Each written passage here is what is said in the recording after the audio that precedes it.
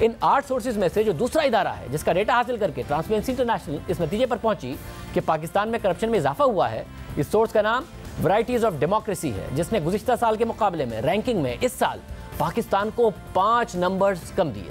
گزشتہ سال پاکستان کو 27 نمبر دیے اور اس سال پاکستان کو 22 نمبرز دیے۔ اب جائزہ لیتے ہیں کہ کیا اس ادارے نے ماضی کا ڈیٹا استعمال کیا یا تحریک انصاف کی حکومت آنے کے بعد کا ڈیٹا استعمال کیا۔ ٹرانسپیرنسی انٹرنیشنل کی رپورٹ میں لکھا ہے کہ ورائٹیز آف ڈیموکریسی نے 2020 کی رپورٹ کے لیے 179 ممالک کی 2019 میں سکورنگ کی، اور پھر 2019 کا ڈیٹا اس کرپشن پرسپشن انڈیکس کے لیے استعمال کیا گیا، یعنی 2020 کے کرپشن پرسپشن انڈیکس کے لیے تحریک انصاف کی حکومت میں 2019 کا ڈیٹا استعمال کیا گیا ہے، مگر حکومت تسلیم کرنے کو تیار نہیں ہے۔ صرف یہی نہیں، ورائٹیز آف ڈیموکریسی کے سروے میں جہاں ملکی جمہوریت کے حوالے سے رینکنگ کی گئی ہے، وہیں کرپشن کے حوالے سے اس بات کا جائزہ لینے کی بھی کوشش کی گئی ہے کہ سیاسی کرپشن کتنی پھیل گئی ہے، جس میں حکومت، قانون ساز اور جوڈیشل کرپشن کا بھی جائزہ لیا گیا ہے۔ ہائی لیول کرپشن، چوری، رشوت اور حکمران یا کابینہ سے لے کر حکومتی اداروں کی چھوٹی اور بڑی کرپشن کا جائزہ بھی لیا گیا ہے، اور اسی ادارے نے پاکستان کو گزشتہ سال کے مقابلے میں 5 نمبرز کم دیے، اور تحریک انصاف کی حکومت کو لگتا ہے کہ یہ ماضی کی حکومتوں سے متعلق ڈیٹا ہے، جبکہ دونوں سورسز کا ڈیٹا 2019 کا ہے، اور واضح طور پر دونوں اداروں نے لکھا ہے کہ وہ پبلک سیکٹر کی کرپشن کا جائزہ لیتے ہیں، اور دونوں نے جائزہ لے کر پاکستان کو کم نمبرز دیے ہیں، جس کی بنا پر ٹرانسپیرنسی انٹرنیشنل نے عالمی رینکنگ میں پاکستان کو 120 سے ہٹا کر 124ویں نمبر پر رکھ دیا ہے۔ عمران خان ماضی میں کہتے رہے کہ 90 دن میں بڑی کرپشن ختم کریں گے، اور جب تک اوپر کی کرپشن ختم نہیں ہوگی نیچے کرپشن ہوتی رہے گی، مگر اب تحریک انصاف کے اپنے دعوے کے مطابق حکمراں کرپٹ نہیں ہے، تو پھر کرپشن کا تاثر کیوں بڑھ رہا ہے، حکومتی اداروں میں کرپشن میں اضافہ کیوں ہو رہا ہے، یہ سوال اہم ہے۔ مگر اس سوال کا جائزہ لینے کے بجائے تحریک انصاف کی حکومت اپنے خلاف رپورٹ کو تسلیم کرنے کے لیے تیار نہیں ہے، جبکہ دلچسپ بات یہ ہے کہ گزشتہ سال جب ٹرانسپیرنسی انٹرنیشنل نے اپنی رپورٹ میں کرپشن کے اضافے کی فائنڈنگ دی تھی تو اس وقت بھی حکومت نے اس رپورٹ کو مسترد کر دیا تھا، اور ساتھ ہی اسے اس رپورٹ کو حکومت کے خلاف سازش قرار دے دیا تھا۔ یہ رپورٹ بائسڈ ہے، یہ ایک مینجڈ اور ٹارگیٹڈ ایجنڈا ہے، یہ ایک آرگنائزڈ نیٹ ورک ہے جو ایک دوسرے کو سپورٹ کرتا ہے، اور ہر جگہ ان کے اعلی کار ہیں جو ان کے سیاہ کاریوں کو تحفظ دیتے ہیں۔ اس قسم کی رپورٹیں جو ہیں وہ دنیا کو گمراہ نہیں کر سکتی۔ اس حکومت کو ان انڈیکیٹرز کے ساتھ جوڑ کے target oriented plan and planted report جو ہے آپ نے شائع کیا، جس پہ ہمیں شدید تحفظات ہیں اور ہم اس کو یکسر مسترد کرتے ہیں۔ پچھلے سال مسترد کر رہے تھے، ماننے کو تیار نہیں تھے، اس سال کہہ دیا کہ تو پچھلی حکومت کے بارے میں رپورٹ ہے، مگر جب سے تحریک انصاف حکومت میں آئی ہے عالمی ادارے کہہ رہے ہیں کہ کرپشن میں اضافہ ہو رہا ہے۔ جو ٹرانسپیرنسی انٹرنیشنل کی رپورٹ کے مطابق 2013 میں کرپشن انڈیکس میں پاکستان کا نمبر 127واں تھا، اسی طرح 2014 میں نون لیگ کی حکومت کے پہلے سال میں کرپشن انڈیکس میں پاکستان کا نمبر 126واں، اور 2018 میں یعنی آخری سال میں بہتر ہو کر پاکستان کا نمبر 117 پر آ گیا تھا۔ تحریک انصاف کے پہلے سال یعنی 2019 میں پاکستان 117ویں میں سے 120ویں نمبر پر آ گیا، اور 2020 کی رینکنگ میں 120 سے 124ویں نمبر پر آ گیا۔ اس کے باوجود تحریک انصاف کہہ رہی ہے کہ یہ اعداد و شمار ماضی کی حکومت کے خلاف ہیں۔ اس حوالے سے بات کریں گے، ہمارے ساتھ موجود ہیں وفاقی وزیر اطلاعات شبلی فراز۔ شبلی فراز صاحب بہت شکریہ میں شو میں جوائن کرنے کے لیے۔ شبلی فراز صاحب، یہ پورا کا پورا جو رپورٹ ہے اس میں واضح طور پر لکھا ہوا ہے کہ 13 میں سے 8 سورسز کا پاکستان نے کے لیے ڈیٹا لیا گیا، جن میں سے 6 نے پاکستان کی ریٹنگ وہی رکھی ہے، جن 2 نے پاکستان کی تبدیل کی ان 2 نے، ایک نے ڈیٹا استعمال کیا ہے اکتوبر 2019 سے مئی 2019 کے درمیان کا، اور ورائٹیز آف ڈیموکریسی نے بھی جو ڈیٹا استعمال کیا ہے وہ بھی 2019 کا ہے۔ یہ پھر بھی حکومتی رہنماؤں کی طرف سے کہہ دیا گیا ہے تو پچھلے دور کا ہے۔ سر کچھ تو اس دور کی بات مان لیا کریں، سب کچھ پچھلے دور پہ ڈال دیتے۔ دیکھیں شاہ صاحب، یہ پہلی بات تو یہ ہے کہ یہ جو پولز ہوتے ہیں اور جو ایمنسٹی کا جو اوبیسلی جو انڈیکس شائع ہوا ہے، اس میں ایک اوبیسلی میں نے تو پڑھی نہیں ہے، لیکن اس میں جو بھی اس کی وجوہات ہیں میں اس کا یہ ضرور کہوں گا کہ آپ کو پتہ ہے کہ حکومت نے جب سے آئی ہے تو اس نے ایک کرپشن کے خلاف اوبیسلی ایک کیمپین چلایا ہے۔ اب اس کیمپین میں جب کرپشن کا، میرا نہیں خیال ہے کہ پہلے ادوار میں لفظ کرپشن یا کرپشن ایز اے سبجیکٹ اتنا ڈسکس کیا جاتا تھا یا اتنا اس کو ہائی لائٹ کیا جاتا تھا جتنا کہ اب ہو رہا ہے۔ اس کی وجہ سے بھی ایک پاسبلٹی ہے، اور دوسری میں آپ کو بتاؤں، اب فار ایگزامپل نیکسٹ ایئر ہو اب دیکھیں پرسپشن کس طرح بنتی ہے. پرسپشن بنتی ہے جس طرح کے آپ کے جس طرح سے آپ کے ادارے کام کر رہے ہو, جس طرح کے آپ کے جتنی بھی انسٹیٹیوشنز ہیں وہ کس طرح سے کام کر رہی ہیں. اب دیکھیں یہ ایک ایسا کلچر ہے جو کہ اس ملک میں پچھلے 30-40 سال سے ایک کلچر, کرپشن کلچر جو ہے اس نے پرمیٹ کیا ہے to the lowest tier of society. اوپر سے جب وزیر اعظم یا پریزیڈنٹ جب کرپشن کرتا تھا اس کے وزراء کرتے تھے, پھر اس کے نیچے اس کے جو ہوتے کہ معاملہ یہاں تک پہنچ گیا کہ کرپشن کو کوئی کرپشن نہیں سمجھتا. کرپٹ آدمی میں اور ایک آنےسٹ آدمی میں فرق نہیں رہا. یہ بیسیکلی وہ زوال ہے سوسائٹی کا جس میں کہ کرپشن کو برا سمجھے نہیں جا سکتا. اب فار ایگزامپل میں آپ کو یہ بھی میں صرف اس پہ سوال, آپ نے جو 2 وجوہات بتائی ہیں شبلی فراز صاحب, اس میں آپ نے کہا کہ پہلے تو کرپشن کی بات نہیں ہوتی تھی. عمران خان صاحب نے تو 22-23 سال اپنی سیاست ہی حکومت میں آنے سے پہلے کرپشن کا نیریٹو بنا کے کی. وہ نواز شریف کو کرپٹ کہتے تھے, اس زمانے میں پاناما آیا, بار بار ہر تقریر میں ان کو کرپٹ کہتے تھے. جب وہ بیانیہ بنا رہے تھے تو نواز شریف کے دور میں جو کرپشن کا پرسپشن انڈیکس ہے ٹرانسپیرنسی انٹرنیشنل کا, جس میں اتنے بڑے بڑے ادارے ہیں, وہ بہتر ہوتی چلی گئی پاکستان کی ریٹنگ. مگر جب آپ آئے حکومت میں تو آپ کہہ رہے ہیں کہ وہ کم ہو گئی. وزیر اعظم کہتے تھے جب ٹاپ پہ وزیر اعظم ایماندار آتا ہے تو نیچے سب ایماندار ہو جاتے ہیں. یہ بتا رہے ہیں جن دو نے کم کیا کہ یہ حکومتی جو ادارے ہیں اور حکومتی لوگ ہیں ان کی کرپشن کی یہ بات کر رہے ہیں. تو یہ کیسے ہو گیا کہ یہ الٹا ہو گیا؟ جی شاہ صاحب, نہیں میں اسی کی بات بتا رہا تھا کہ دیکھیں ایک چیز ہے جو کہ ایک ٹائم لیتی ہے. یہ کوئی ایسا آئیڈیا نہیں ہے کہ جس دن عمران خان آئے یعنی 30 مہینے پہلے اور آج جو ہے تو وہ بالکل کرپشن جو ہے تو وہ 0 پہ ہو جائے. کرپشن ہے, میں تو آپ کو ہی کہہ رہا تھا کہ یہ پوری سوسائٹی میں پرمیٹ کر گیا ہے بیکاز ہماری جو لیڈرشپ تھی ماضی کی, جو کہ میں بھی کہہ سکتا ہوں پوری شیورٹی کے ساتھ کہ in case of Imran Khan وہ جو ہے تو وہ کرپٹ نہیں ہے. تو جب وہ کرپٹ نہیں ہے تو ظاہر ہے جو اثر ہے اس کا نیچے آہستہ آہستہ جائے گا, وزیروں پہ آئے گا. مطلب ہے کہ پھر اس طرح آہستہ آہستہ یہ پورا پروسیس ہے. مگر شبلی صاحب 120 پہ تھے. مگر شبلی صاحب یہ ایکسپیکٹیشن بھی عمران خان صاحب نے پیدا کی تھی کہ 90 دن کے اندر میں یہ کر دوں گا. مگر آپ کہہ درست رہے ہیں کہ عمران خان صاحب کے آتے 0 نہیں ہوگی, مگر 0 نہ ہو یہ بڑھے تو نہ, یہ بڑھ کیوں گئی یہ کرپشن پرسپشن انڈیکس میں؟ دیکھیں یہ اس لحاظ سے کوئی اتنا کوانٹم لیپ نہیں ہے کہ ہم کہیں کہ جی اس سے ادھر اوپر نیچے جو بھی ہوگا وہ ڈیپینڈ کرتا ہے کہ آپ کی سوسائٹی میں اس وقت کلچر کیا ہے. اور وہ میں نے اس کی آپ کو پہلے ہی بتا دی ہے کہ اس کلچر کے ذمہ دار کافی دہائیوں کے لوگ ہیں. ٹھیک ہے, ہمیں یہ نہیں ہونا چاہیے جس طرح کے لوگ کہتے ہیں کہ تبدیلی کدھر ہے. اب تبدیلی کوئی ایک ایونٹ نہیں ہے, یہ ایک پروسیس ہے کہ وقت کے ساتھ ساتھ آپ کا ایک کلچر چینج ہو رہا ہے. پہلے آج سے 3, 4, 5 سال پہلے شبلی صاحب عمران خان صاحب نے اپنی تبدیلی کو ایز این ایونٹ ہی پیش کیا تھا کہ میں آؤں گا اور فوراً چیزیں کس طریقے سے ٹھیک ہوں گی, 90 دن میں کیسے ٹھیک ہوگا. اور انہوں نے کہا تھا کہ جو ہجوم ہے وہ ملک نہیں بدلتا ہے, ایک لیڈر آتا ہے وہ سوسائٹی کو بدلتا ہے. مگر اب سوسائٹی ہر چیز کی ذمہ دار ہے, یہ سوسائٹی ہی کرپٹ ہے اور اوپر سے لیڈر ایماندار بقول آپ کے آ گیا ہے, مگر نیچے تک سوسائٹی خراب. بالکل, لیکن شاہ صاحب 30 مہینے میں میرا نہیں خیال ہے کہ جو دہائیوں کا جو ایک کلچر ہے کرپشن کا وہ اوور نائٹ وہ ہوگا اور چینج ہو سکتا ہے. لیکن ڈائریکشن تو پکڑ لی ہے نا. یہ تو کوئی نہ میرا نہیں خیال ہے کہ خان صاحب کا یہ مطلب تھا کہ the moment he steps in, the moment وہ اوتھ لیتے ہیں تو کرپشن ختم ہو جائے گی یا کم ہو جائے گی. نہیں, ایسا نہیں ہے. یہ ایک مسلسل, اب دیکھیں نا آپ کو روز آئے روز چیزیں پتہ چلتی ہیں, ایک نئے طریقے سے ایک نئے قسم کے وہ ہوتے ہیں. بیکاز یہ جو لوگ ہوتے ہیں جو کہ کرپشن والے لوگ ہوتے ہیں یہ ایک عام, یہ میرے آپ جیسے بندے کا کام ہی نہیں ہے کرپشن. بہت شکریہ شبلی فراز صاحب کی گفتگو آپ نے سنی. وزیر اعظم عمران خان کیا کہا کرتے تھے وہ ذرا ہم آپ کو سنوا دیتے ہیں. جب تحریک انصاف جب بھی اقتدار میں آئے گی ہم 90 دن میں بڑی کرپشن ختم کر دیں گے. 90 دن کے اندر ساری ٹاپ لیول کی کرپشن میں آپ کو ختم کر کے دکھاؤں گا. اصل میں تو کرپشن اوپر کے لیول کی ملک کو برباد کر رہی ہے, نیچے کرپشن جو ہے وہ خود ہی ختم ہو جائے گی. پہلے اوپر ختم کرو. سنگاپور میں ایماندار پرائم منسٹر آیا, اس ایماندار پرائم منسٹر نے سب سے پہلے کرپشن کے اوپر قابو پایا, اپنے 3 وزیروں کو جیل میں ڈالا. جب ایک پرائم منسٹر چوری کرتا ہے وہ اپنے وزیروں کو نہیں روک سکتا چوری سے.